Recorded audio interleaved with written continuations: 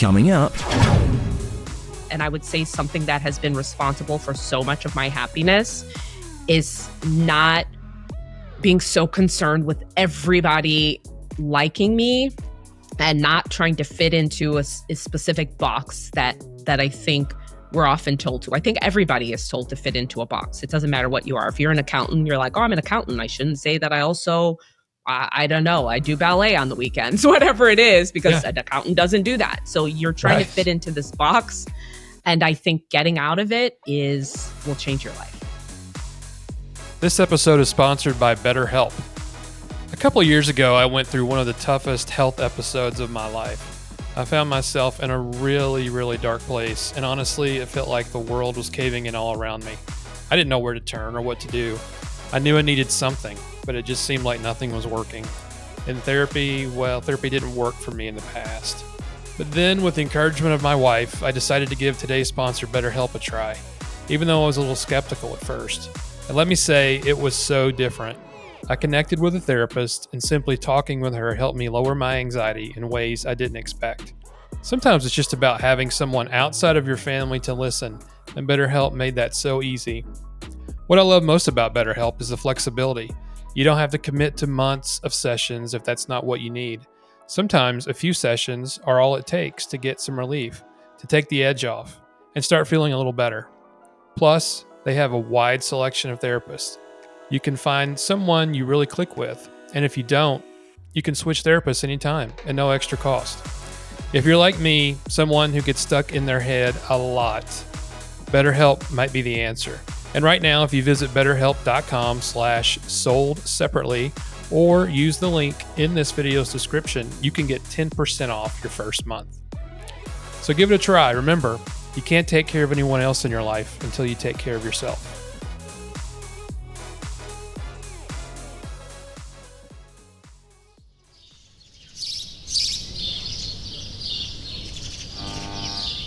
Auto sequence start in 5, 4, 3, 2, 1. And now, on with the show.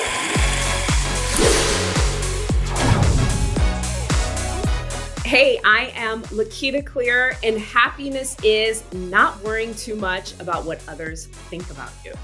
LaQuita Cleare, how are you today? Thank you so much for being on the show. I am awesome. Thank you so much for having me. Absolutely. I'm so grateful that you're here. Lots I wanted to get into with you. You've got such a unique perspective and background, combining this whole idea of science and art about when you bring in talking about storytelling and communicating. How did that all begin? Was that something you saw a need or a niche there? Tell me about that, how that started. I've always kind of been obsessed with storytelling. I think I was a kid, like several kids, I was into movies. So that's kind of initially how it started. And then I started becoming so curious about the faces behind the movies. So I think that's where the storytelling really came in. I was like, well, what are people's stories? What's their background? Where did they come from? And then I started kind of digging more into it. This was from Chicago. And then I moved to Los Angeles to kind of get into Hollywood land, which I feel like is home of stories. And that's where I'm joining you from now. That's awesome. I mean, I think storytelling, it's been around since time began, right? And it's like one of our main ways that we teach each other, we communicate. I think it's kind of underrepresented in a lot of aspects of our culture. Yeah, I think it is. And what you said about it's ingrained in us. It's been part of us. And when we're with friends, we do it. But I noticed that in business situations, I feel like people are so serious. Yeah. And they forget this natural ability that most of us have to tell stories.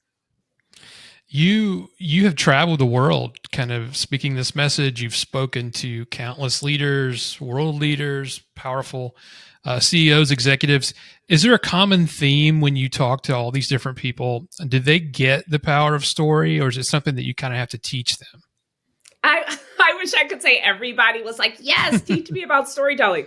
But there are definitely some people who are skeptics. Those are my favorites because once they wrote, like the people are like, what do you mean story? But once the skeptics really get into it, I feel like they really start to adopt it. But no, not everybody is into it. But I do think more and more people are starting to warm up to this idea of storytelling, and people are really starting to understand the power of it. But I do think there are certain pieces of storytelling that are kind of cultural. Like in some cultures, it's very much the underdog story, and people love that. In other cultures, people are not used to maybe being so vulnerable up front and talking about their complete rise to the top. So I do see some differences, which is interesting. It's so interesting how you can mold storytelling into almost any career or communication style that you have, right? I mean, it's something that immediately kind of entices people. Everybody loves a good story, and everybody loves to feel like you're speaking to that person on a very intimate level when you're engaged in a powerful story. Yeah, I think it's human is what it is. And I don't, so that's why I always tell people, they're like, what industries do you work with? I'm really just agnostic. I work with all industries. It's kind of this industry agnostic because everybody needs to know how to connect. Everybody wants to, usually if they're in business, sell, and you can sell more if you use stories. You want to build a human connection. But I wish people would use stories more. I feel like there's a lot more work to do Yeah. because people are not using them as much as I would like them to. For, let's say, a CEO or a leader in business, what do you tell them? For anybody that's listening, maybe that is a CEO, what do you tell them is a great way to incorporate story into communicating with their team, or even, like you said, selling, going out there and looking for um, investors or looking for sales? Is it what usually kind of captivates them in wanting to incorporate this storytelling aspect? I think personal stories. Yeah. If there is one big takeaway that I would give everyone, it's to understand what is your personal story. And I don't mean this really long TED Talk version of your story. I'm just talking about moments in your life that you can share with other people. We all have those, whether it's a moment of challenge or struggle that you want to share with your team because they're also going through challenges and you want to kind of meet them where they are and find common ground. That's a nice story. Sometimes it's just how you got to where you are. People like hearing that origin story as well. So I think if you start with your personal story, that is a great way to connect, sell, find common ground. And it's showing that you have empathy, right? You're showing that you are a human at the end of the day. You have some humanity there, and you're actually connecting with people on that level. Yeah, that's what we need more of now, I think.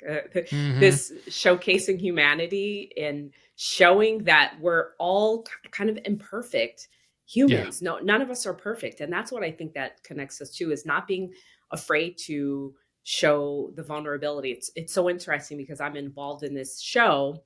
It's called Out as Humans, and it's all about that. And Hmm. that's what I feel like, especially leadership. I'm talking about in a leadership capacity or in a business capacity, we're afraid. And especially the higher up the ladder you go in terms of job title, the more you feel like you just need to be put together and you shouldn't show vulnerability. And that is Yeah. so untrue. It's just the opposite, right? I think the more you show vulnerability, the stronger of a leader you are, because you're showing that you are human. You have those Yes. aspects. What Yes. If is everybody listens to you, that's the whole show right there. Like is stronger.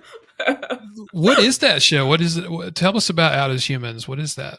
Yeah, Out as Humans is really cool. So it is created by a man named Gerardo, and I met him years ago when he actually came to a workshop I was doing in Italy. So he came to learn to tell his own story, and he's been a leader. You know, you're taught to become a leader, to achieve, and then you achieve, and then you're like, wait a minute, what else is there? So he's created this platform and this show for other leaders to be authentic, to be vulnerable. And it's kind of cool because it's like an immersive experience on stage. So Hmm. there's questions, there's, who would you want to apologize to? There are exercises, and it's like you're watching a story on stage, but you're watching it through the eyes of your own story. And that's what I think is kind of cool about it. So I love getting involved in things like that. Anything that you can sign me up for to get involved with that I can Yeah. help stories and leaders, I'm in. So you actually are the U.S. ambassador for that, right? You're I you're involved am. in. I'm That's the US awesome. ambassador, and we just had this big premiere in New York, and it's going to be at Cannes. I wish I could say it like the wonderful with the wonderful accent. It's going to be at Cannes Film Fest in like 2 days, actually. So it's really cool. Wow. Congratulations. That's Thank awesome. you. Thank you so Is it much. a stage performance or is it an actual like show? What is it? A series or? It's stage. So Okay. it's stage, but it's not a passive experience. I like to tell people that it's not like you're going to a Broadway show, you're going to sit there and just watch. Yeah. It's interactive. So you get to experience it, sounds, sight, doing things. It's really cool. Will it be in the US at all? Will it be? It will. So we're looking to do another show in the fall in New York. And then of course we got to come to LA because I live in Yeah. LA. So then Right. so after that we need to bring it to LA. So there's definitely plans. There's going to be all sorts of really fun stops that the show is going to make. And we're looking to do a US tour. Wow, that's awesome. Well, you'll have to keep me updated on that. I'd love I to see it. will. That would be cool. You're invited. You're invited Okay. for sure. Well, thank you. I'd be honored. Yes, thank you. Um, we talk about story, we talk about empathy and vulnerability. How important do you think is human connection overall in the workforce today? I mean, we all seem to be so divided politically and in other ways. Is it? I think everybody's looking for just a real connection, that authenticity. I think it's essential. I don't think anything is more important. I think that people don't realize that it's essential now. But if you think about a lot of the problems that are happening, there's no human connection. I mean, even Mhm. leaders, you are spitting information at people and you're expecting them somehow to love coming to work. You're going into meetings, not even asking people how they're doing and jumping to agenda points Yeah. without understanding. Even when things are happening or the world's falling apart, and then you go into the meeting and you forget about all that and you don't connect. So I think if we just look at some of the problems happening, and even on an individual level, sometimes there's things happening where you're like, well, we're not closing as many customers as we'd like to. Well, are you just presenting facts and figures like all of your other competitors, or are you connecting? The same thing with employees. People want to feel connected to people. Absolutely. Do you feel like we, as employees or as leaders, do you think we feel that does make us look weak in an aspect of community, at an office building or an organization? Do you think that's why we don't do that more? Or is it just a matter of we think it's got to be go, go, go? We don't have time to connect on a personal level. I think that we are conditioned like that. So I think there's Yeah. a few things. I think sometimes there are a lot of leaders who just don't have time. I have so many clients who come and say, I just don't have time. I'm a very logical, get to the point person. I don't have time for small talk. So I think some people definitely think they either don't have time or some people don't feel like they should connect in that sort of personal way. But I think it's part of it is just the conditioning. We're taught in a work environment that you're not sharing a personal story. Mm, You're about the work and you're about whatever needs to get accomplished. So I think we have to, that's why it's so hard to change, because part of it is changing that conditioning that's been ingrained in us in sort of these business settings is not easy to do. yeah. Exactly. And we've been taught there, unfortunately, there have been some negative tones to that. Like, you're not here to make friends. There are all kinds of Mhm. things that I'm sure all of us have heard over the years in our careers. Like Yeah. you have colleagues, but they're not your friends. And so it automatically out of the gate kind of Yes. tries to set up a negative approach, and I don't know. It's very competitive in the world today, and I know that's maybe a lot of reasons why people don't get too close, or they're afraid. Mhm. People watch their back, but I feel like that vulnerability kind of has to shine through a little bit. You got to trust somebody, right? Yeah, you do. You have to be able to trust someone. And I also think it's not about going into work and starting to tell 30-minute stories. I'm not even talking Yeah, about that. I just mean having our just not losing sight of our humanness. I think that part is really important. And I've noticed even in my own life when I have done that or let down the guardrails or become just feel like I can just be more of who I am rather than who I think I should show people, that has Mhm. really made a big difference for me and for my work and the way that I'm able to help other people. I think that's what has really stood out for me. So true. I think it's a good lesson in life overall. I was talking to someone earlier about even going to the doctor's office. There's that feeling that the doctors rush. They come in, and you, as a patient, feel like you don't want to upset the apple cart, so you don't ask all your Hmm. questions. Or there's just this whole transactional kind of tone to the whole thing. And we were talking about if you could start set that base tone of like we're both humans, and then let's go on to what we're here for. But being able to understand one another and where they're coming from, I Hmm. think, is so important in any relationship you have, whether it be long term or a quick little interaction like going to the bank or going to the doctor's office. Just show some humanity.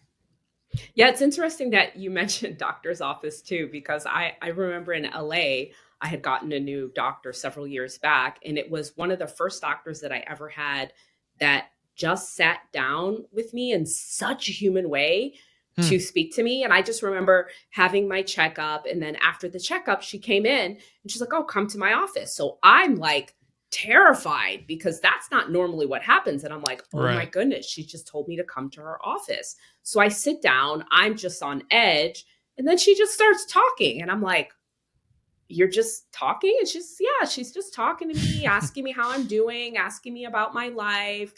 And I was really shocked because I'm so used to them just coming in, grabbing the chart, and then Yeah. just like getting to it and then getting on to the next person. So that moment, I will never forget it. Even just now, when you said doctor's office, that's the first thing that I thought about was this woman.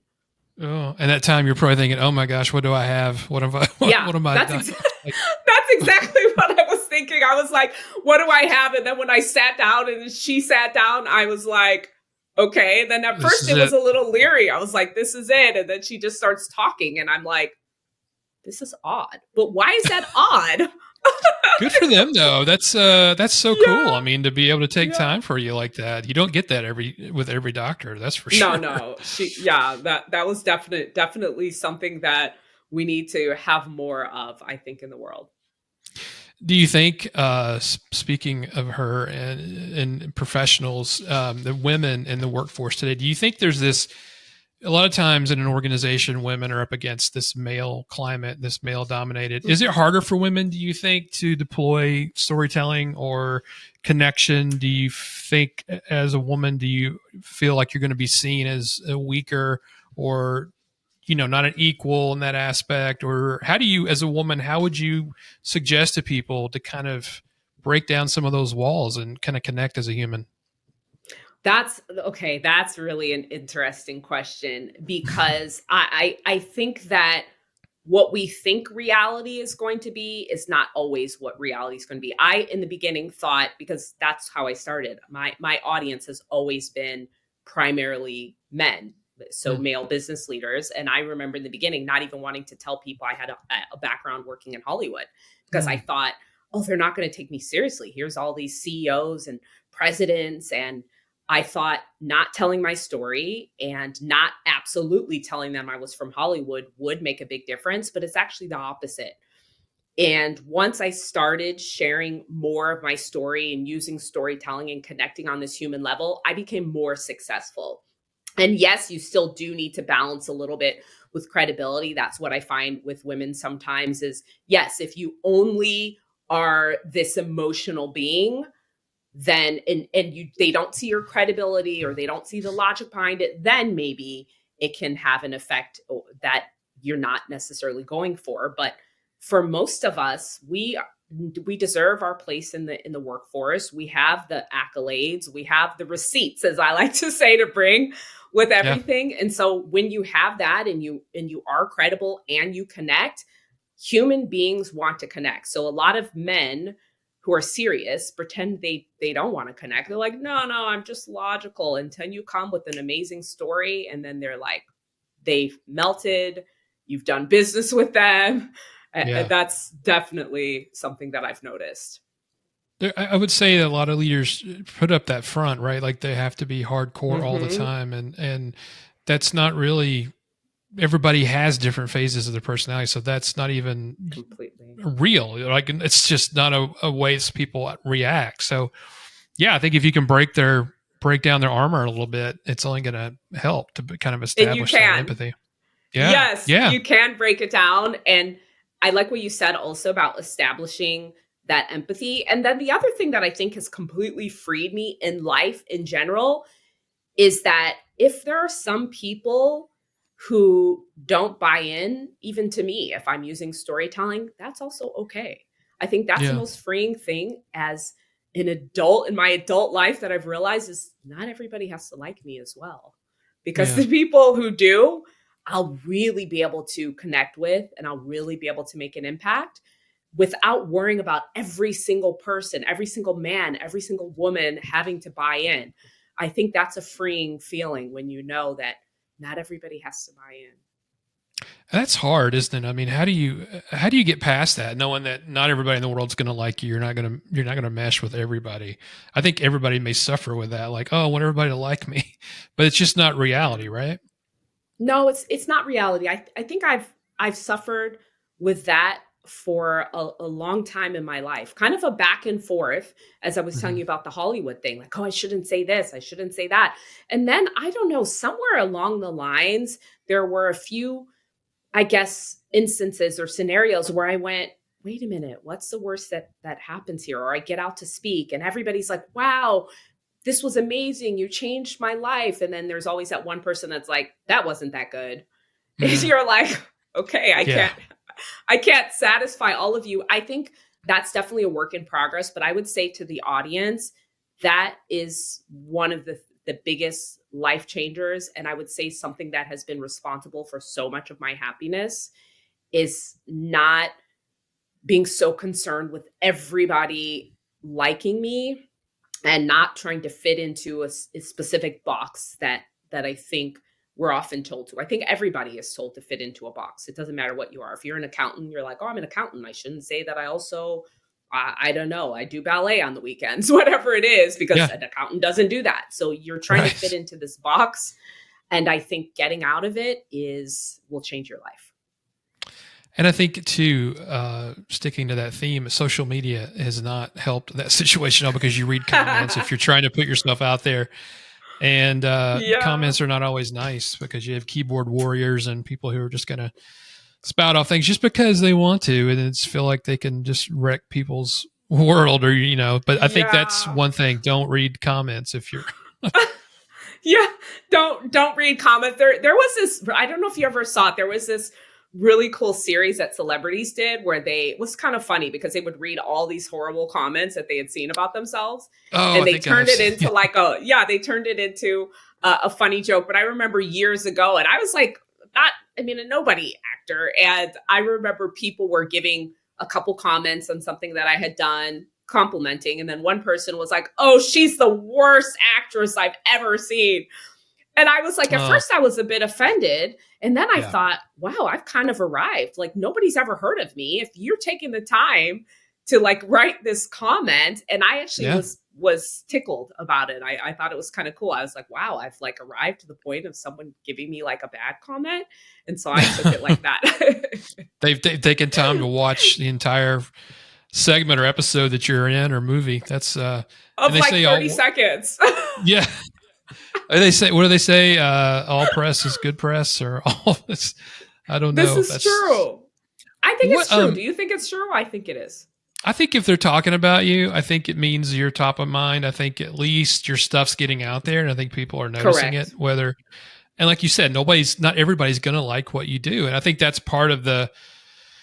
I don't know, part of the risk of putting yourself out there with anything, with a podcast, as an actor. You're waiting for someone to have those nasty comments, but it's all about how you react to it, right? I mean, it's easier said than done to say, take it in and move on, but it Mm-hmm. does. It stings when anybody ever comments something like that badly. But I don't know. Did you in Hollywood? Did you run into a lot of these things with that environment? Because Hollywood has this perception. It was like everybody's cold. Everybody has this just anti-human perspective. Everything's just machine. Let's just get it done. Machinery, robots. What did you find in Hollywood? Are we all humans at the end of the day? Did you run into that, or are there some people who just do not want to have those connections? I actually found in Hollywood more of those connections. I mean, yes, there's two sides of it, but I actually found more of those connections than I find in my work. And that's, I think, one of the reasons why I was always so adamant about bringing my Hollywood lessons into the business world, because I do feel like in Hollywood, that's what makes movies work is you're thinking about. So if you're a writer, you're thinking about, how to hook people in. You're writing really full characters. As an actor, you're trying to connect. It's all about connection, or you're listening to the other actor. You're trying to produce projects as a producer that get people to feel something. So you are conscious of connection, feeling, all of those things. Now, is it always a beautiful world? No, it's not always a beautiful world. Some days I was like, wow, this is amazing. And then other days I was literally crying because it was like you get rejected on such a level that I'm now so grateful for, because I think it's made me a better human being. Yeah. Yeah. The hardest times often turn out for the best later. It takes a little bit to look back on it and learn lessons from it. But, there are times in my life and I'll look back, you're proud of yourself for getting through certain times. And, it's whatever doesn't kill you makes you stronger. It's true. That's very, very true. You think about resiliency. That's one of the things that comes to my mind. And then there's just key principles. I think if I wouldn't have worked in Hollywood, there wouldn't be principles that I've taken to help people in business. I do think people in business can learn a lot from Hollywood, even learning from actors and how to connect emotionally, because there's really a lot of work still to be done in that sense, with connecting emotionally with people around you. That's so true. I mean, I guess if you look at a CEO or a leader in an organization, their audience are their teams and customers. So you do have to connect emotionally. That's how people are going to trust you. It builds trust and it builds authenticity. Yes, absolutely. And finding a way to do that consistently, I think that's one of the things that I realized is some days you walk in and you give a meeting or you speak and you tell a story, and then the other days you're like just getting to it, business as usual. Yeah. So I think it's how we show up consistently as a leader, as a speaker, as a storyteller. Consistency. Is that what the engagement code is? Did that come out of the Hollywood experience? What is the engagement code? It did. So the engagement code came out of the Hollywood experience and also my science background. So really thinking about how you keep people engaged. And that for me was, for years working in the corporate world, I started noticing that I think is the number one thing I noticed, is that people just were not engaging. Sometimes I would be around brilliantly smart people. I mean, I'm talking about people that have Nobel Prizes and brilliantly smart people. And then they stand up to talk and then they just dump all their information on you without thinking about how you put that information out there. So I started thinking, if there was a way to get people to consistently be able to engage their audience, then they would be able to have more team productivity. They'd be able to have more sales. They'd be able to recruit more. They'd be able to build more connections. So we built that engagement code with that in mind, and thinking about connection. And that's the first part of it. That's interesting. That was the whole first part of our conversation, because the first part of the engagement code is connection. And that's the idea, is that connection plus content plus delivery equals engagement. You can't take one of those things out of context and expect engagement. If you jump to great content, but you didn't connect, how can you engage? Or if you connected and had great content, but your delivery is like, I'm here like this, or closed body language, then it also doesn't work. So that's the idea behind it. That's so cool. It's so cool how things connect like that, how you're able to cross over communication, connection, Hollywood, which you've learned in Hollywood. I mean, it's really fun when that stuff all comes together for the same purpose, and it just shows that we are human. Everybody has the same desires, same wants, people crave that connection, that real human connection. We do crave it. And it's interesting. I think there's no accidents, that the way that dots connect in our life, like we don't always know at the time. There's so many things and experiences in my life that at the time I didn't know they would all lead me here. But everything has a purpose, and now I'm like, wow, every single thing I've done in my life has just served to help me make more of an impact or help me to connect. And that's what's really special for me. It's really not about me. In the beginning in Hollywood, I feel like it was about me, and then at some point I was like, it's not about me. I started really noticing how much I'm able to help other people. That's when you get the really great feeling that you're able to help Yeah, somebody else. That's when it's cool. what we talk about in America as far as these connections go. Have you found that when you travel overseas, it's the same in other countries? You mentioned Italy before. Is it the same kind of reaction that you get when you speak there, or do you try to help clients overseas? It's different. And I've worked in more than 50 countries, so Mm, I've noticed a lot. One thing I do notice in some other cultures is some other cultures are more about connection or family or not being in constant movement. So I do find, I mean, there's been times where I've worked in Italy and I'm going to a job or I'm going to help a client, and they're like, oh, well, let's sit down and have a coffee first. mm, And you're like, oh, yeah, okay. Or you just find yourself having an aperitivo. It's not always like that in the US. Sometimes if they're expecting you to come work, they're expecting you to come work. There might be a yeah. quick pleasantry of like, hey, do you want a cup of water or something like that? But that's Hmm. it. And I do find in other cultures that sometimes it's a little bit different. They're valuing like, okay, let's work for a little bit, and then, oh, do you want to have dinner with us? Or I've been Mm, in some places where I went to speak and they were just wanting to know if I wanted to go around and tour around because they were so excited to show me their culture or for me to try their food. So I do notice some differences when it comes to just that connection and it not being all about work all the time. So it's more, I think, on that side that I notice. it's interesting. It's a little bit of a, I guess, more of a laid back lifestyle, right? And they probably Yeah. want to get to know you more before, like you said, they take breaks, will work a little bit, have dinner, have lunch, whatever. But yeah, I wish America could be more like that sometimes, don't you? I mean, just That'd be more laid cool. back.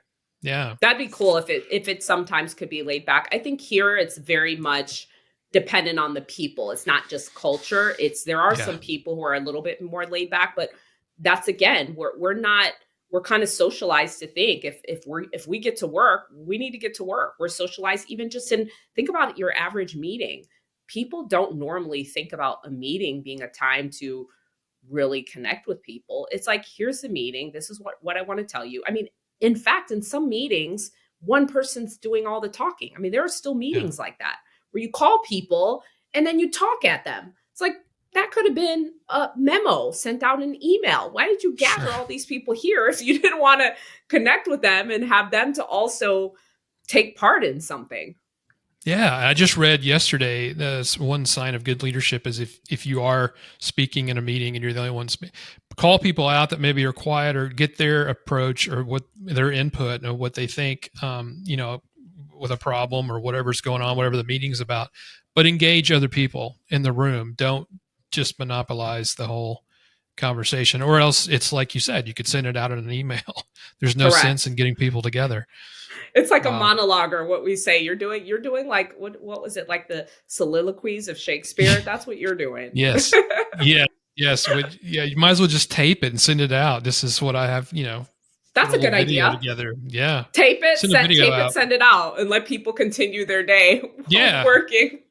Put headphones on. You can listen to it while you're working. Oh, my friend, you are so great. This is what you're doing is so awesome. I think it's so needed in the world today. I just feel like we, and it's not that we are, I feel like we think we are going too fast. We have so much to do that we can't slow down and connect with people. But I think that only makes you stronger and only serves to bring people together and common goals. So what you're doing, don't give up, don't give it up. It's Thank you. great. I think you're doing wonderful things. Thank you. I'm excited. That's part of my, I think, mission here in life is to continue creating ways to help more people. I wish I could like sometimes multiply myself a lot Yeah, because I can't be everywhere at one time, but just creating more and more ways to help people, more and more resources to help people in affordable ways as well. I think that's something that's important for me as well. that's awesome. If people want to catch up with you online or hire you, what to have consulting, where can they find you? Is your website Well, the best? my website is good. So you can go to clearcommunicationacademy.com. But I really love connecting with people also on LinkedIn. So you can connect with me if you just want to be part of conversations or things that I post on LinkedIn, LaQuita Cleare, and we have some fun, exciting things that I'm going to be dropping. Public speaking zone is one of them. So if you connect with me on LinkedIn, you will be able to find out more about those things as well. That's awesome. I'm going to definitely connect with you. I haven't connected with you on LinkedIn yet, but that's my You next should. stop. Yeah, You definitely. should. I'm going to. Yes, for sure. Well, we've got to stay in touch, and please come back because there's much more to talk about in this subject. So please I would love feel free to come back. I Thank would love you to so. come back. I would love to have you. I mean, I think these are lessons that benefits everyone. Not only if you're not a leader, I think just in everyday life, these skills are Totally. super important. Definitely. This was fun. This was really fun.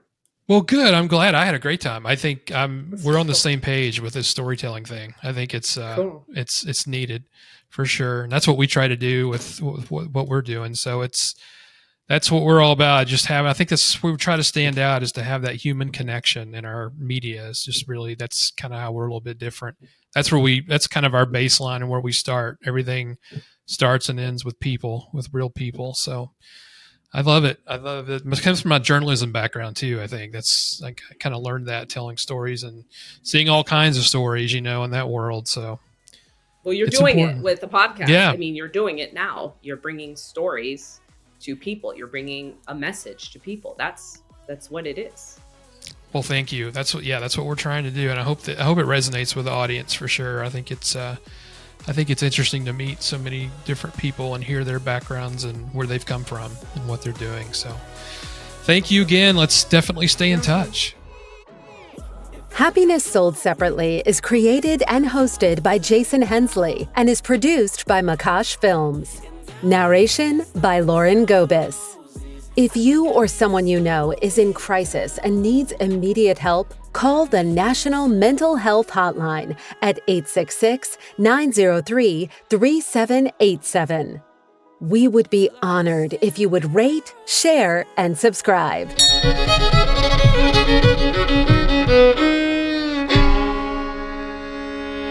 Aye, that's a good one.